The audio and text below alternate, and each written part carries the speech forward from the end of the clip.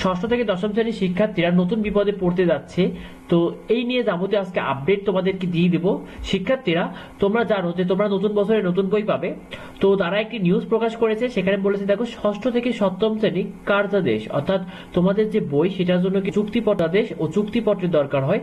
তো সেই চুক্তিপত্র কিন্তু মাত্র শেষ হয়েছে, আর কোন রকমের ছাপার কাজ শুরু হয়েছে ডিসেম্বর মাসে।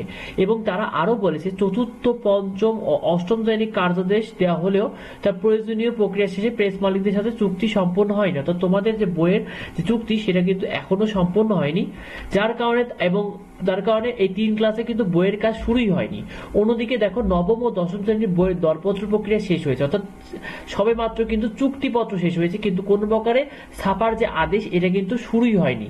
তো এই অবস্থায় তারা কিন্তু জানিয়ে দিয়েছে যে তারা বলেছে যে আগামী মার্চের আগে শিক্ষার্থীদের হাতে নতুন বই তুলে দেওয়া কোনোভাবেই সম্ভব নয়। তো তোমরা আর